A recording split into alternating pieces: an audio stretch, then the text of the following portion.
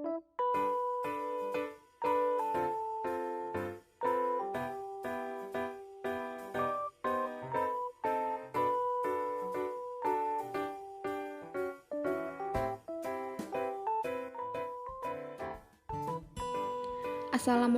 warahmatullahi wabarakatuh.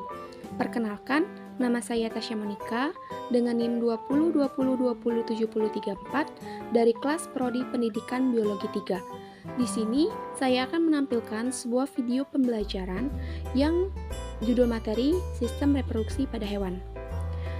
Adapun tujuan pembelajaran yang akan dicapai pada materi ini, yang pertama, peserta didik mampu memahami sistem reproduksi secara generatif pada hewan.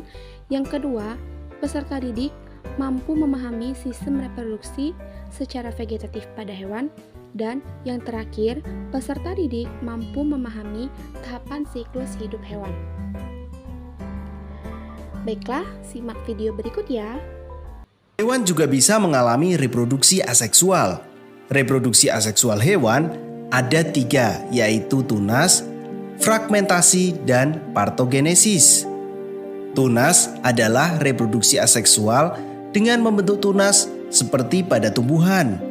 Contohnya kelompok Porifera, Solenterata, dan Hydra. Berbeda dengan tunas, ada fragmentasi.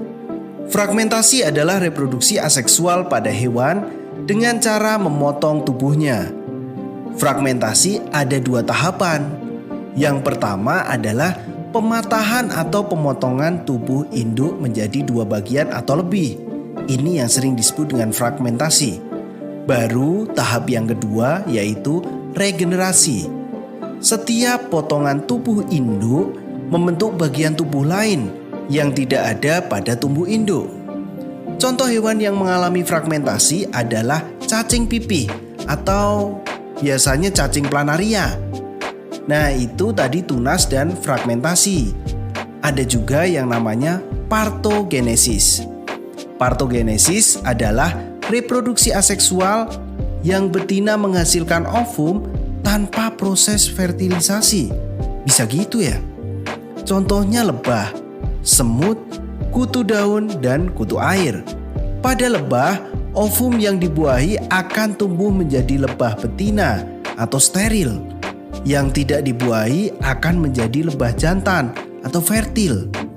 Lebah betina bertugas sebagai pekerja. Lebah jantan bertugas menghasilkan sperma untuk membuahi ovum yang dihasilkan oleh lebah ratu. Lebah ratu adalah lebah yang menghasilkan telur, dan telur tersebut akan menetas menjadi lebah betina dan lebah jantan. Wah, luar biasa nih lebah nih. Selanjutnya, kita akan membahas reproduksi seksual pada hewan.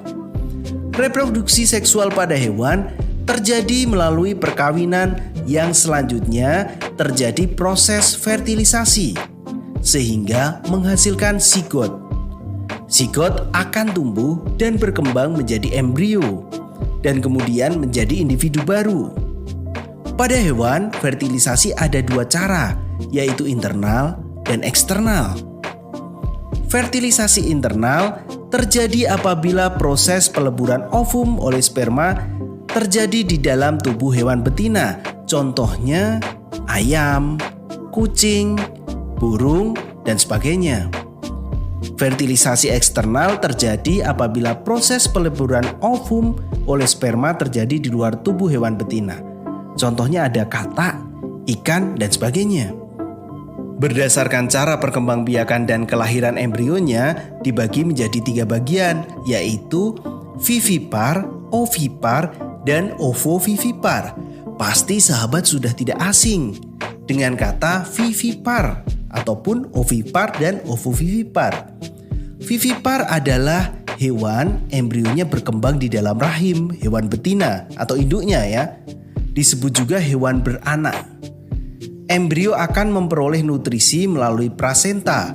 Pada mamalia, bayi hewan diberi nutrisi berupa susu atau ASI jika pada manusia, yang dihasilkan oleh induknya.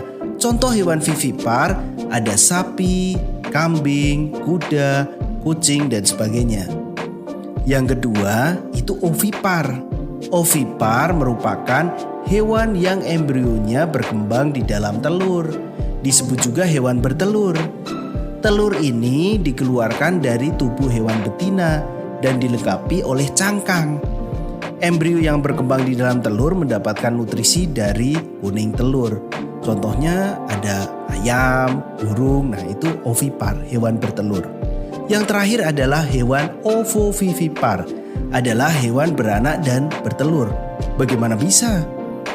Hewan ovovivipar, embrionya bisa berkembang di dalam telur. Namun, telur tidak dikeluarkan dari tubuh hewan betina, melainkan hanya embrionya saja atau anaknya yang dilahirkan langsung. Hewan ovovivipar itu contohnya kadal atau beberapa jenis ular. Nah, dari video yang telah ditampilkan sebelumnya, maka dapat ditarik kesimpulan bahwa reproduksi itu merupakan proses pembentukan individu baru. Reproduksi pada hewan dilakukan dua cara, yaitu secara aseksual dan seksual. Secara aseksual dilakukan dengan tunas, fragmentasi, dan partogenesis, sedangkan secara seksual dilakukan dengan ovipar, vivipar, dan ovivivipar. Baiklah, terima kasih telah menonton video ini. Semoga bermanfaat dan saya akhiri. Wassalamualaikum warahmatullahi wabarakatuh.